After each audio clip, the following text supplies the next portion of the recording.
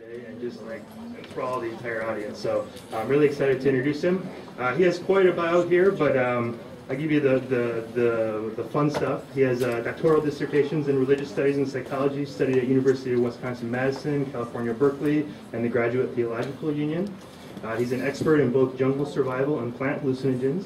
He lived for a year and a half in a Tibetan monastery in the Himalayas and has undertaken and helped to lead numerous 4-day and 4-night solo vision fasts in the desert wilderness of New Mexico.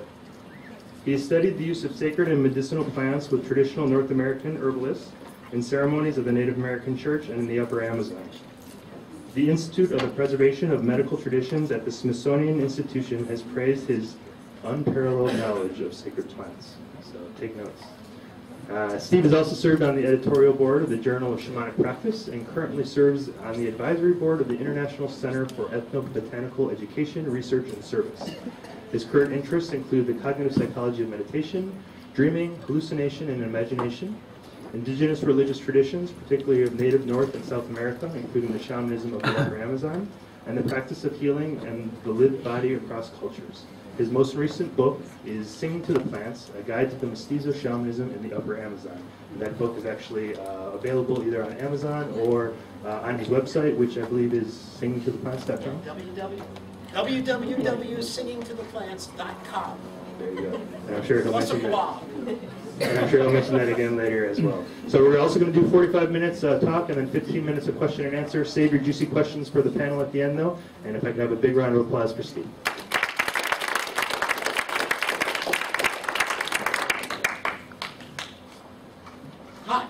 I'm Steve. Everybody say, hi, Steve. Hi, Steve. My name is Steve, and I'm an anthropologist, sometimes. I want to share with you some thinking I have been doing, which is not quite clear in my own mind yet, and is basically written on a whole bunch of 3x5 cards and pieces of paper. So I'm not sure this is going to be as well organized as I would like, but I wanted to share with you some of the things that I have been thinking about recently. Usually I go to conferences like MAPS or Horizons or Psychedemia. Everybody know what those conferences are pretty much? Yeah. And they are filled with scientists. They are filled with neurophysiologists and with experimenters and with anthropologists and with psychologists.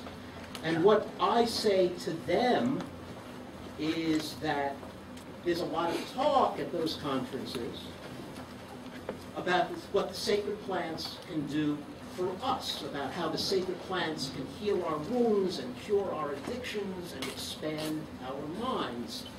And we've been taught to think about the sacred plants as useful prepackaged collocations of active molecules. And what I do at those conferences is to stand up and say, it's clear what we expect from the sacred plants, but in the midst of a conference we should pause briefly and ask the shamanic question, what do the sacred plants expect from us? Now, I don't think I have to sell that here. Instead, what I want to do is to talk with you as an anthropologist and to give you some ideas about how to think about the transmission of ayahuasca from the Upper Amazon to North America as an issue in ethnomedicine. So that when we think about issues of cultural appropriation, of exploitation, of commodification, and the harms that can be done both to the sacred plant and to the people who take it when it moves into a new culture, we can have a set of concepts and tools that we can use to think about the process of cultural transmission from south to north. In the Upper Amazon, the ayahuasca drink is embedded in a complex network of beliefs and practices that we can call Upper Amazonian ethnomedicine. The ayahuasca drink has now been imported into North American culture both as a physical object for consumption and as a set of symbolic associations, or a meme. Now, stop for a minute and think about what I just said. Because as a physical object brought into North American culture, ayahuasca is consumed, it is ingested, it is drunk. But it is also consumed in a very different way. It is consumed as part of a consumer culture.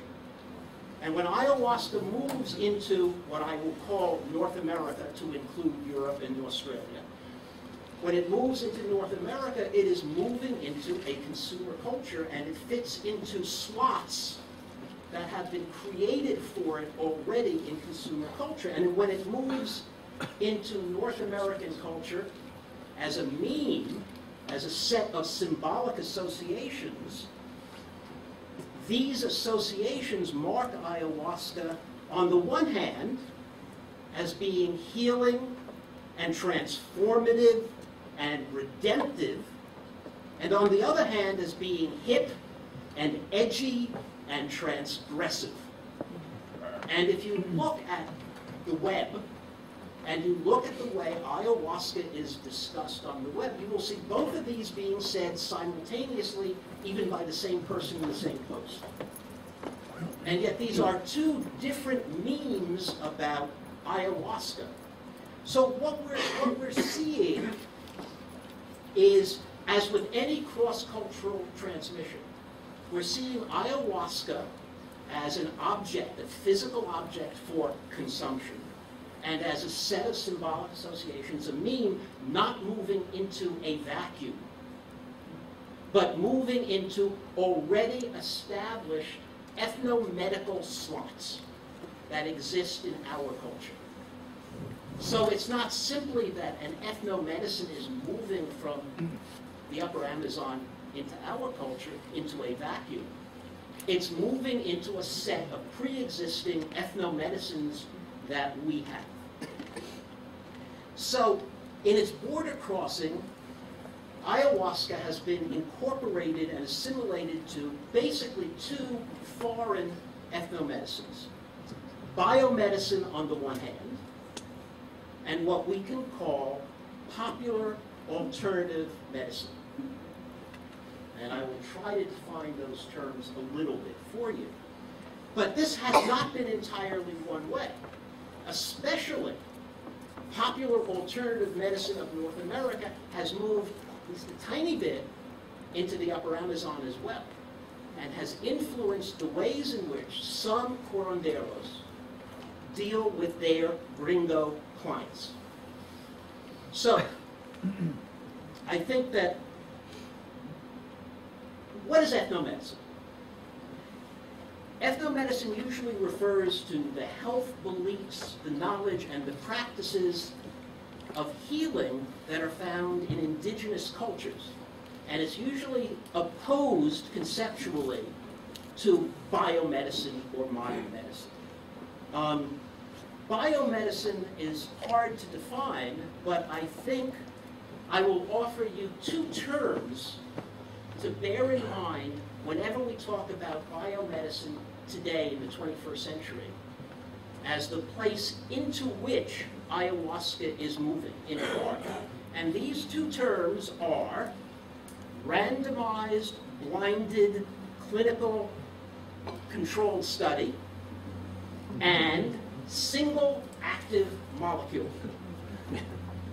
Those two terms, I think, are operative when we think about the ways in which ayahuasca moves into biomedicine. But the distinction between biomedicine and ethnomedicine, I think, actually embodies a project of biomedicine, which is to define itself as exempt somehow from being embedded in a particular culture. And contemporary medical anthropology, the study of ethnomedicine, usually subverts this distinction and considers biomedicine simply as another form of ethnomedicine. Let me give you an example. You go to a biomedical doctor because you need to be healed. They put you in a waiting room, a separate, segregated area with other people who are there to be healed too. And you wait there until a person comes to the door in a special healing costume, scrubs, and calls your name. Steve, get up and you follow this psychopath into a special healing room, whereupon you are instructed to take off all your clothes. You are now naked and newborn, and they dress you in a special healing garment, which is the opposite of the clothing that you usually wear. The clothing you usually wear is buttoned or zipped up the front. This is tied in the back. Not only are you naked, you are backwards. And not only is the costume backwards, it is usually made of a material from which your normal everyday clothes are not made. It's made of paper. So there you are, having been stripped and dressed in a special healing costume, which is the opposite of your ordinary costume, and you are now in a liminal state between sickness and healing. And there is a knock on the door, and in comes the healer. How do you know he's a healer? Because he's wearing a special healing costume. And he proceeds to do things to your body that usually only people you are really, really friendly with are allowed to do to your body. And to ask you questions that strangers are not allowed to ask you. If this is not an ethnomedical performance, I don't know what is. So the distinction between biomedicine and ethnomedicine, I think, is properly subverted by medical anthropology. So what is ethnomedicine? Let me talk about that for a minute. Let me go through my little pieces of paper. Now, I want to make one thing clear here, which is that when I say that ayahuasca and ayahuasca ceremonies are part of ethnomedicine, as I am sure many of you astute people have already noticed, I am prejudging the situation. I am assuming that the use of ayahuasca in the upper Amazon is medical, rather than something else.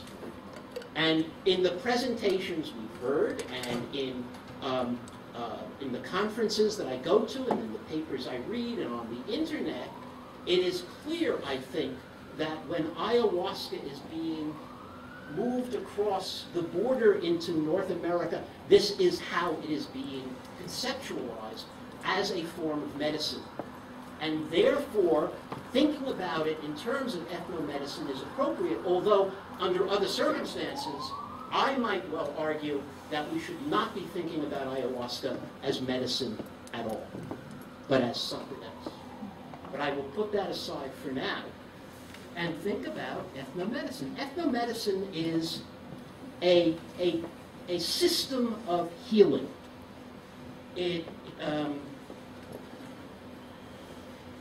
Ethnomedicines have theories of disease causation. They have theories about what makes people sick. They have preventive and curative strategies in order to prevent and heal people who have been made sick. They have healthcare practitioners who occupy special social roles in that culture. They have forms of organization for caring for the sick. And they have ways of paying their medical practitioners. Now, you could come up with more ideas, but this is basically the idea of what ethnomedicine is. Ethnomedicine, and ethnomedicine is a systematic way of looking at sickness and healing. And it is clear, I think, that biomedicine is an ethnomedicine. It is a systematic way of thinking about sickness and healing, and the practitioners who, in fact, cure sickness. In the Upper Amazon, ayahuasca is part of an ethnomedicine. And popular alternative medicine, as I will argue, is itself an ethnomedical system. I should point out something, because I have the note in front of me and I might as well use it or I'll lose it. I lost it already. That ayahuasca is only a tiny, tiny part of the Upper Amazonian ethnomedical system. Ayahuasca itself is only one of 3 major hallucinogens that are used by healers in the Upper Amazon. There is ayahuasca, there is toé, or any of the number of species in the genus Brookmansia that are very rich in scopolamine and related to datura. And there is mapacho, or tobacco, which is also, in sufficient doses, a hallucinogen. And these are the 3 major hallucinogens that are used for different purposes in the Upper Amazon. And these 3 hallucinogens, there are ayahuasqueros, and we've heard a lot about ayahuasqueros, but there are also toeros, that is, healers, shamans who use toé. And there are tabaqueros, healers, curanderos, who use tobacco. And in turn, these 3 hallucinogens that are used by healers are embedded in a large, complex pharmacopoeia of all kinds of different plant and other medicines. And these medicines may be used because they have symbolic associations. They may be used because they have been tried. For example, sangre de grado, which is a good disinfectant for wounds. But on the other hand, they use hardwoods, that is trees that are tall and strong and hard, as cures for male potency issues. And they will mix hardwoods into the ayahuasca drink, for example, because just as the ayahuasca vine climbs on strong trees, they will add the hardwood, not because of any specific medicinal capacity, but because the hardwoods in the drink will help support the people who are drinking ayahuasca the way the trees support the ayahuasca vine. So we begin by importing into our ethnomedical system, our ethnomedical systems, only a tiny, tiny part of the ethnomedical system of the Upper Amazon. And we take this tiny part and use it as a way of thinking about the whole. Let me talk for a minute about biomedicine and ayahuasca. We have to be realistic about what we want. Remember that when we talk about ayahuasca as a medicine, we are not necessarily evading the problems of using ayahuasca as a sacred plant. I am not at all sure that bringing ayahuasca under the reign of the FDA is going to provide us with any benefit over having it under the reign of the DEA. For ayahuasca to be a medicine, remember, whoever is sponsoring ayahuasca has to file an IND, an independent new drug application, has to be willing to spend something like $17 million to do the kind of testing that would allow it to be approved by the FDA. And even after that, it doesn't take it out from under the DEA. It may move ayahuasca, or probably not ayahuasca, but one molecule that is considered to be a single active healing molecule in the ayahuasca drink, may be moved out of Schedule 1 in the Controlled Substances Act, but that doesn't mean it's out from under the Controlled Substances Act. Schedule 1 simply means it has no known medical value. Suppose ayahuasca, or the single active molecule, whatever it may be, some form of harmine or harmaline, is considered to be a medicine. They move it out of Schedule 1, but that doesn't mean it's not controlled by the DEA. Morphine's not in Schedule 1, but you can't buy it and give it to your friends. Would we rather have shamans indicted for using a Schedule 1 controlled substance, or for practicing medicine without a license? Are we simply trading one oppressive regime for another? Are we simply saying that instead of drinking ayahuasca in a basement because we're worried about the DEA, we will be limited to drinking ayahuasca in hospitals with white tiled walls, administered only by state-certified practitioners? And think about what would happen if, in fact, they found the molecule in ayahuasca that cured cancer, or cured addiction, or cured eczema, or cured asthma, or cured athlete's foot, all of which have been proposed as things that ayahuasca can heal. Suppose they found the single active molecule. You will see a feeding frenzy in the large pharmaceutical companies. If they found an active molecule that cured asthma in ayahuasca, then remember, you can't patent a plant unless you've created that plant. You can't patent ayahuasca, it's been tried. So you can patent a molecule. So huge pharmaceutical company A patents a molecule and sells ayahuasquine as a cure for asthma. And then big pharmaceutical company number 2 looks at that molecule and say, well, wait a minute. If we put a little ethyl group over here at this point in the molecule, maybe we'll change it enough that we can patent it. And of course, if it's patented and if it's under the reign of the FDA, only certified doctors will be able to administer it. So I think when we start thinking about biomedicine as the model that we want for ayahuasca, we have to be really, really careful what we're asking for. Because I am not sure that is an advantage. And I am not at all sure, and this is a very personal statement, that what ayahuasca is a kind of organic tamoxifen, or it's green Avastin. I am not sure that the sacred plant is nothing but a collocation of useful molecules that can be patented, that can be given to cure specific diseases without losing what makes it a sacred plant. So let me move on, now that I've done that. Talk a little bit about popular alternative medicine. Let me add one more thing. See, I just came across another piece of paper.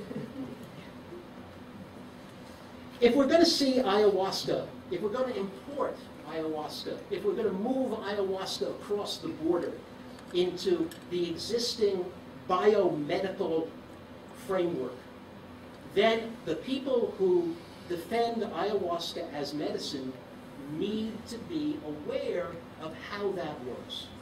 And what I'd like to do is spend 5 minutes talking a little bit about ayahuasca and addiction. And I know that there are people like Gabriel Monte and Jacques Marie who have devoted their careers to trying to show that ayahuasca can, in some sense, cure addiction. And let me speak from a biomedical perspective and tell you why I am very cautious about this claim. I know I am not speaking to a highly receptive audience for my caution, but you can lay it on you. Now, there are certainly anecdotes. There are claims and uncontrolled self-report studies that can, I think, be called, at best, preliminary. But I have seen no substantial scientific evidence that ayahuasca can successfully treat addictions. And let me tell you what. First, I'm not even sure what such a claim would mean. Addictions differ from each other. Heroin addiction is very different from methamphetamine addiction. And both in turn are very different from nicotine addiction. And not least because in our culture, heroin and methamphetamine are illegal and nicotine is not. All three, I think, are different in turn from behavioral addictions such as gambling or chronic overeating. And then there are repetitive behaviors that are problematic but are not necessarily addictions. Is a bulimic addicted to vomiting? Or is this simply a troublesome behavior? Now, one could argue that, in fact, ayahuasca cures everything. And, in fact, people have made that claim, but I'm even more skeptical of that. And I'm not sure how such a claim could be made in the absence of reliable data on recidivism rates over long periods of time. Remember that there's a lot of programs out there that claim to treat addiction. There are charismatic religious groups, there are family interventions, there are commercial detoxification centers, there are methadone clinics, there are 12-step programs. And I am aware of no data showing that ayahuasca treatments do any better than such programs, which apparently all do not do well at all. And long-term controlled follow-up studies, if you ask somebody in biomedical ethnomedicine, are what are required to tell whether ayahuasca treatment does any better than any of these other important treatments. And one reason that long-term follow-up is needed is because many new or novel interventions often have very high initial success. Somebody comes into a treatment program, it's new, it's exciting, it's edgy. The people who are administering the program have lots of enthusiasm. They have high expectations. The patient feels especially selected for this program. There is enthusiasm and optimism. There's a lot of interviewing and record keeping and heightened interest in the well-being of the patient. But then often two things happen. The patients who have shown initial improvement revert to their earlier status. And over time, as the novelty and interest wear off, the treatment becomes less successful. And most important, I think, such claims of cure or even amelioration often ignore the significant economic, social, and cultural components of addiction. We are Americans. We believe in magic bullets. We believe in the quick fix. We believe that if we just come up with the right medicine, we will make everything better without changing how we live. Junkies and gamblers are both parts of social networks that reinforce their behavior. Shooting up and playing the horses are both cultural activities.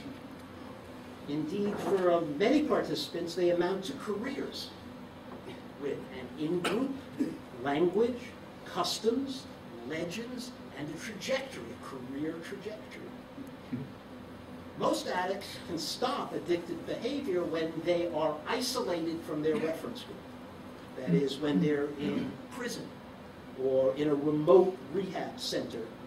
In many cases, the behavior quickly begins again when the addict, often with no place else to go, returns to the addict culture.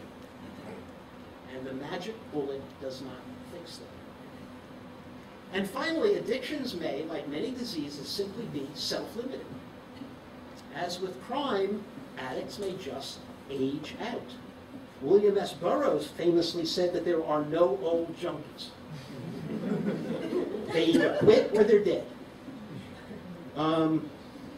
As with other claims to healing, the self-limiting nature of many addictions is an uncontrolled variable, which raises questions about the role of the intervention in stopping the behavior. So those are some thoughts on the ways in which ayahuasca moves across borders into North America and is taken up by biomedical ethnomedicine. It is considered to be a healing substance which has a specific effect. It is an isolated, single active molecule. It is studied by randomized, controlled, blinded studies. And the molecule, when it is discovered to be effective, is patented, marketed, sold, and administered by state-registered and certified agents in specific settings. All right. What about popular alternative medicine? Are we going to do any better there?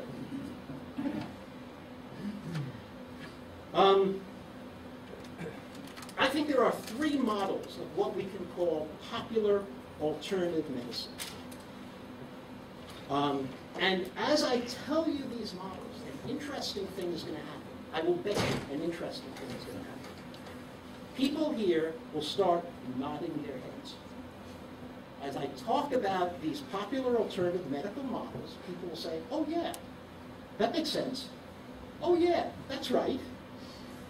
Which indicates to me how deeply embedded this model, these models, this ethnomedical popular alternative medicine is in a particular subculture of North American culture, which is represented here in this room and is represented at the California Institute of Integral Studies.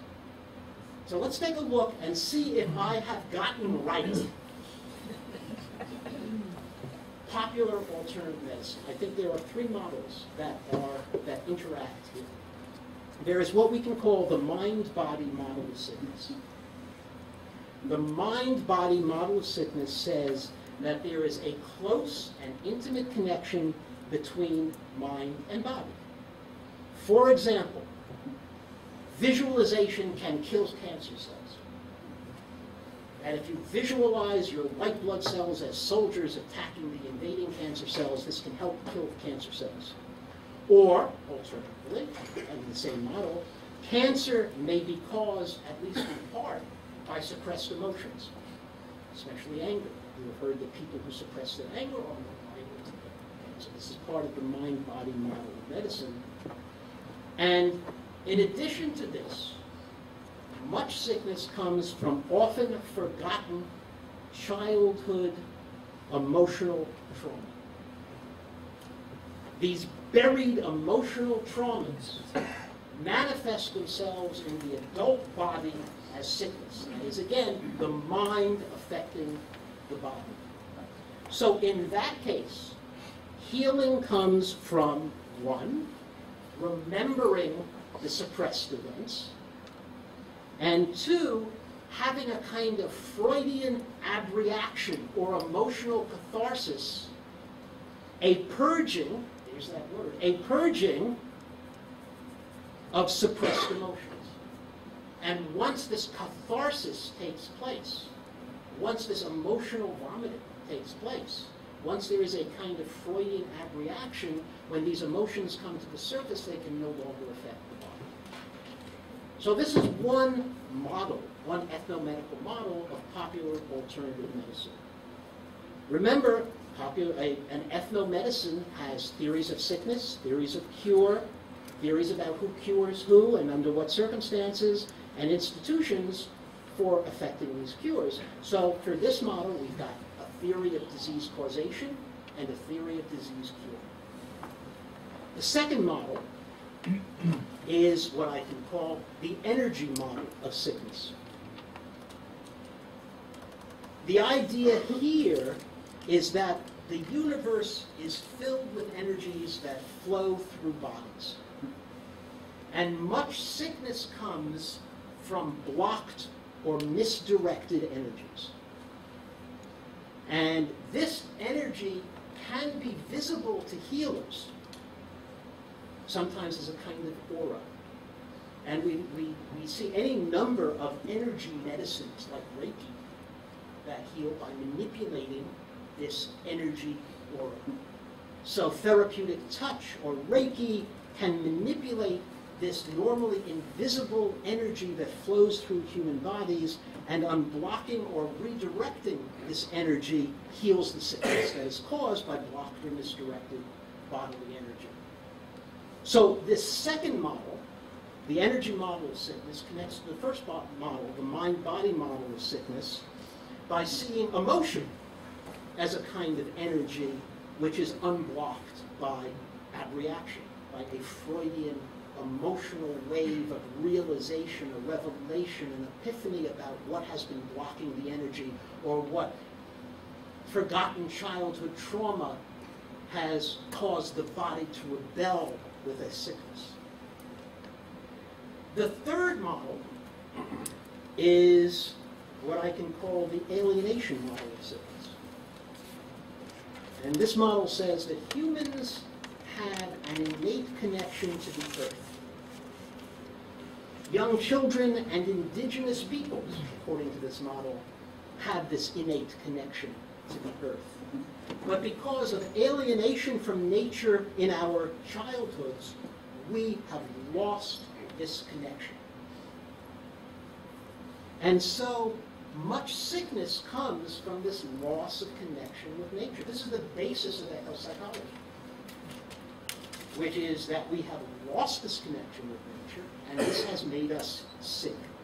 So the way you heal that sickness, the way you heal this sickness in the alienation model, is by restoring the connection to the earth, going out in nature, having a connection with the plants and animals, going on vision quests, camping, hiking, living in nature, having plants in your house.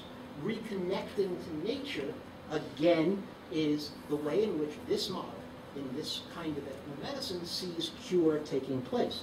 And this model is connected to the other two models through the idea of, first, childhood loss, because we had this connection, and we lost it.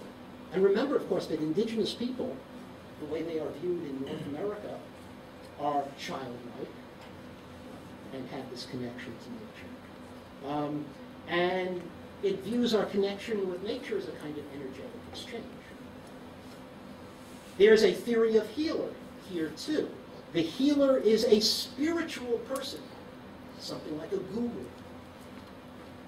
The healing depends on certain personal qualities of the healer, such as empathy, compassion, love, humility, genuineness. And possession of these qualities may be more important than the healer in popular alternative medicine than any kind of technical skill. And health, in turn, is a matter of spirituality. And achieving this spiritual health is a matter of personal transformation. Transformation is necessary in this ethnomedicine because we are wounded from our childhood traumas, or we are alienated from our natural state of innocence and connection with nature. And this transformation takes the form of an insight, an epiphany, a cognitive event, an understanding often on a wave of great abreactive emotion.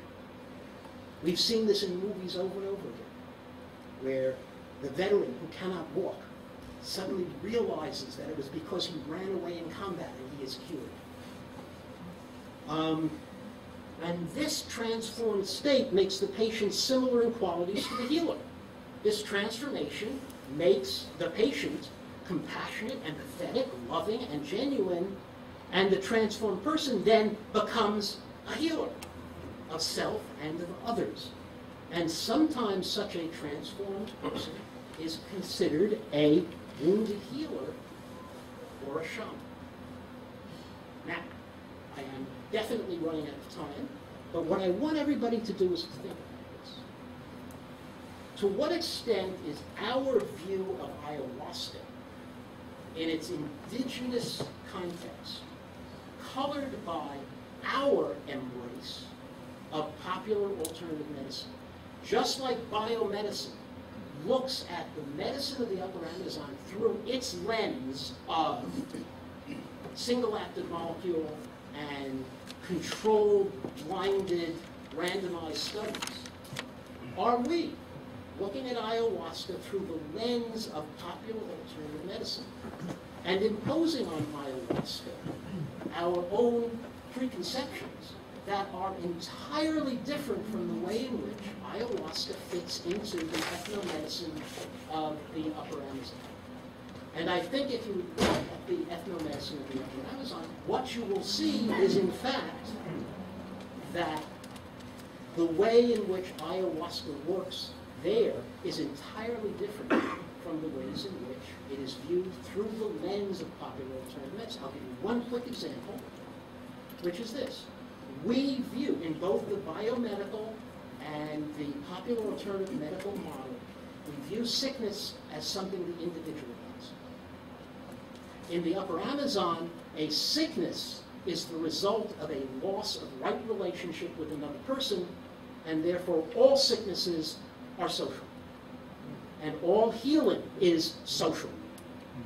And that's part of the function of the healer, is to heal not just the individual, but the broken bonds of confianza, of mutuality, of generosity that have been broken by sometimes just a single act of greed or selfishness.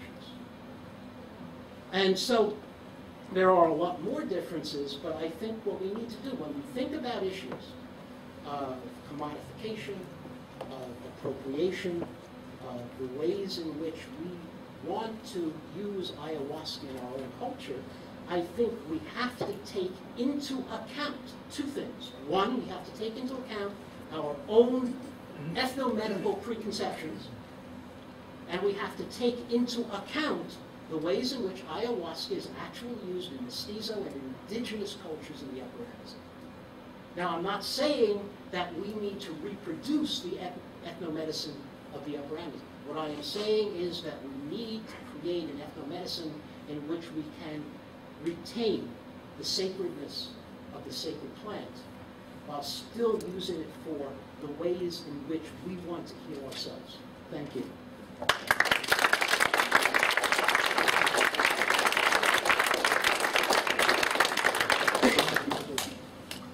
Questions? Question in the back here. We have a microphone, so if you would like to ask a question, I'll bring the microphone to you. Did I come in on time? Yep, you're good. Yep, you made it. Okay. Yeah. Hi, Steve. Hi. I just want to, first I appreciate, like, you know, the approach you're taking, bringing. And then I wanted to make like a clarification too about, you know, when you mentioned Dragmabi and also Gabor.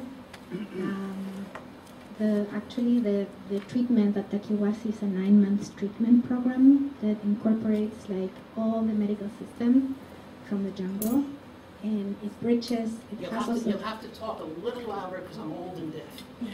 Okay. What I'm saying is that in the Amazon, in Takiwasi, we are talking about a 9-month treatment program that uses all the medical systems and methods that are part of the vegetalismo. It's very important to also consider the possibility that what we get here about what is done down there is, or what's written about, is just a fraction of what really happens down there. So there's no claim, and that's important, that ayahuasca would cure that. Nobody would say that at Takiwasi.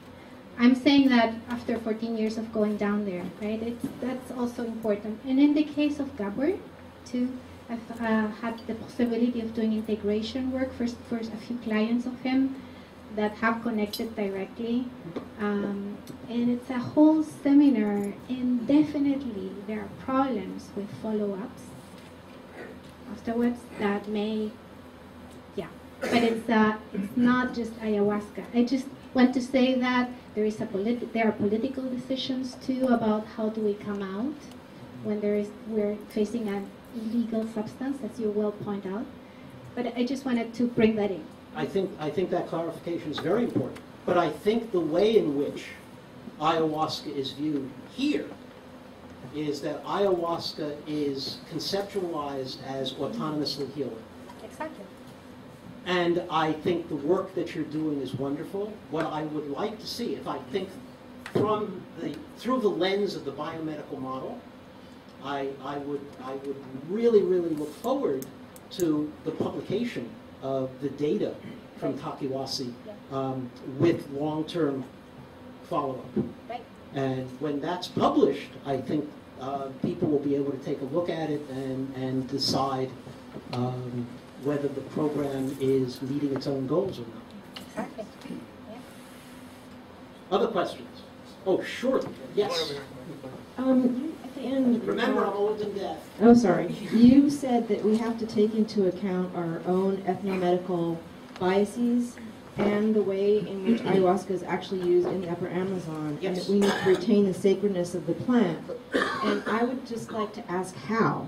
It seems like the way that you describe that we tend to view the plant in terms of isolation, I would almost say, as a means of personal reparation, as opposed to something that speaks to social disjuncture. How can we use it sacredly? Perhaps one of the things we need to do is to think about our individualistic model of health and sickness. Perhaps one of the things we need to do is to recognize the way they recognize in the Upper Amazon, as well as in other indigenous ethnomedicines, that disease has an irreducible social component. And I think that's one suggestion. As I said, I'm thinking about this. This is a puzzle because we have seen over the past several years the ways in which appropriation and exploitation and commodification and the development of gringo-run ayahuasca retreats have caused serious harm to people. And I think we need to think about the ways in which we bring our culture to the Upper Amazon and our consumer culture to the Upper Amazon, and the way in which we consume ayahuasca here. And I am not offering an answer. What I am offering is a way of looking at it like an anthropologist, looking at the ways in which ethnomedical systems cross cultural boundaries. But like I said, maybe one of the things we need to do is to get a new medical model that we can propose as an alternative both to biomedicine and to popular alternative medicine that sees sickness as embedded, at least in part, in social relationships. I enjoyed very much all your talk. To me, ayahuasca is like a psycho-spiritual medicine. And but what I wanted to talk about a little bit is addictions. You mentioned that the addiction to methamphetamine is different than to heroin and to tobacco and so on.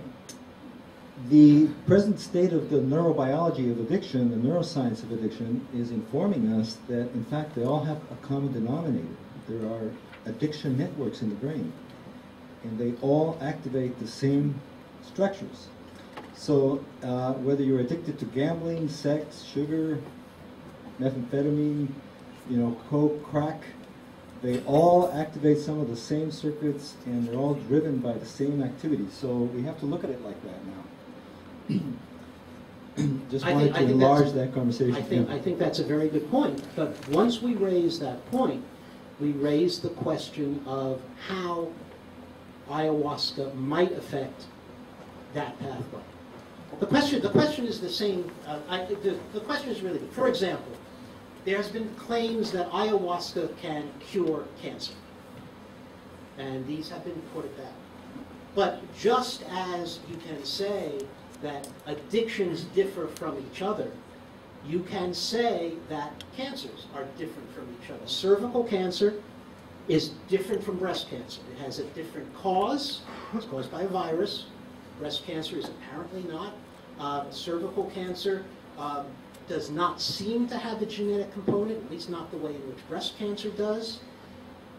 So to say that anything, ayahuasca, cures cancer raises exactly the same question, and people will say the same thing. It may be that all of these cancers have certain pathways in common. And that would explain how it works, if it works. So there would be two questions to ask. One is, does it work? The second question would be, if it works, how does it work? And it may be, for example, it could be that a substance, ayahuasca cures breast cancer but not cervical cancer. It could be that ayahuasca or some other substance cures methamphetamine addiction but not heroin addiction. So we have to find out first what it does, speaking through the biomedical, ethnomedical model. And then we can figure out how it does what it does. What I see constantly in the literature and on the web is people coming up with hypotheses about how it works before anybody figures out that it does work. So I think your point is a really good one. Thank you. Yeah. Hi, Steve. Thank you. So one thing that comes up a lot in communities working with ayahuasca in North America is the idea of the eagle condor prophecy and the coming together of, can you hear me? Yes. Okay. The coming together of indigenous wisdom from North and South America into tribal communities. And there are all sorts of debates that come up there about do we drink ayahuasca in a teepee? And there's been all sorts of huge things that have come up. And I'm just curious if this is something that's addressed in Amazonian shamanism and how it might relate to the medical debate. This phenomenon, often described as the coming together of the eagle and the condor, is really interesting from an anthropological point of view. And there, it has not worked out as well as people had hoped. There are, I think there is a Native American church roadman named Uncle Freddie Arevalo. Anybody know him? He is an Aymara Indian who is also an ayahuasquero, who leads both ayahuasca ceremonies and meetings of the Native American Church. Other attempts at the eagle flying with the condor have not worked out so well. For example, there was a meeting between a Native American church and some Shuar Uishin shamans. And there was an immediate conflict because the people in the Native American church wanted to exclude menstruating women. And the Shuar shamans, many of whom are women, were deeply offended by this.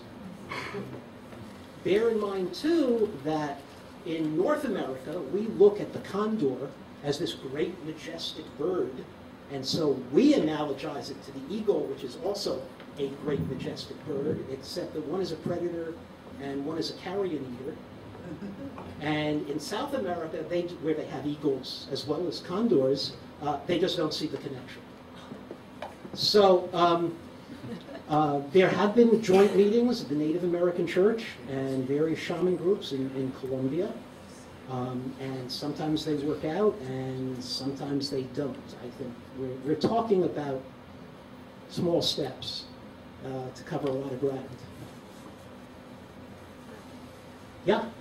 Yes, sir. I have a question that maybe goes beyond the physical, emotional, curative aspects of ayahuasca and other entheogens into the quote spiritual unquote, and particularly into the Buddhist tradition, if I may. As an American Buddhist, I'm wondering if ayahuasca or any of the other entheogens might be an Americanized quick fix into pointing out instruction, the level of awareness, into quote enlightenment, unquote. We heard a bit about the possible historical elements of mushrooms being into the Buddhist tradition way back. But in 2014, what are the possibilities of ayahuasca or LSD getting me, an impatient, non-accomplished Buddhist, into enlightenment, at least by the end of the month? That's slow, huh? I want to push the envelope. I think the story of Rick Strassman Rick Strassman is of great interest here. You all know Rick Strassman. He wrote the book The Spirit Molecule. Was a pioneer in getting the FDA to approve clinical work with dimethyltryptamine. And if there is anybody who deserves credit for the renaissance of research in entheogens, it's Rick Strassman. He was the pioneer. He was also a Zen Buddhist. And one of the reasons for his interest in dimethyltryptamine was exactly that. And he thought two things. One is that perhaps Buddhists who have been meditating for a long time and were properly situated in the moral current of Buddhism might get unstuck through the use of dimethyltryptamine. And the opposite side of that same coin was the idea that people given dimethyltryptamine, especially in high doses, would have the kind of revelatory epiphanies that would lead them to become better people, just like Buddhist meditators. They would become kinder, they would become gentler, they would leave their corporate jobs and feed the poor. And two things happened. One was that Strassman published an article in Tricycle in which he proposed exactly what you are proposing, that meditators who were stuck but who were good Buddhists might be given some DMT to sort of kickstart the engine. And what happened was that this happened in the course of the old Roshi of the Zen monastery where Strassman practiced died, and there was a lot of political maneuvering to see who would replace the Roshi. And Strassman's article got all caught up in this, and he was kicked out of the monastery for proposing such an outrageous thing. The second thing that happened is that Strassman, among other reasons, quit the experiment before it was over because people were not behaving the way he thought they should. They were not having revelations. They were not changing their character. They were not going out and feeding the poor. Instead, they were talking to elves. And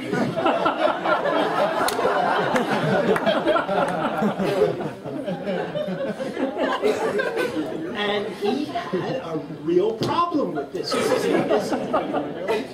So, you raise a really good point. And there is work going on at Johns Hopkins right now.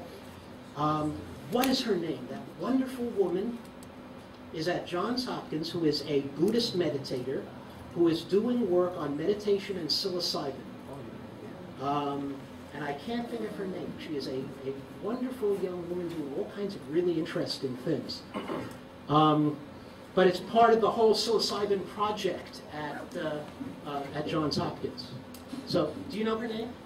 No, but the brain on meditation and the brain on psilocybin look almost the same. I've seen the fMRI studies and the talk. I'm sorry, did somebody have a name? Finding. I think her name is Catherine. Catherine Yes. McLean. Catherine, yes. That's Wonderful young woman. I really, she's... Weber is the guy.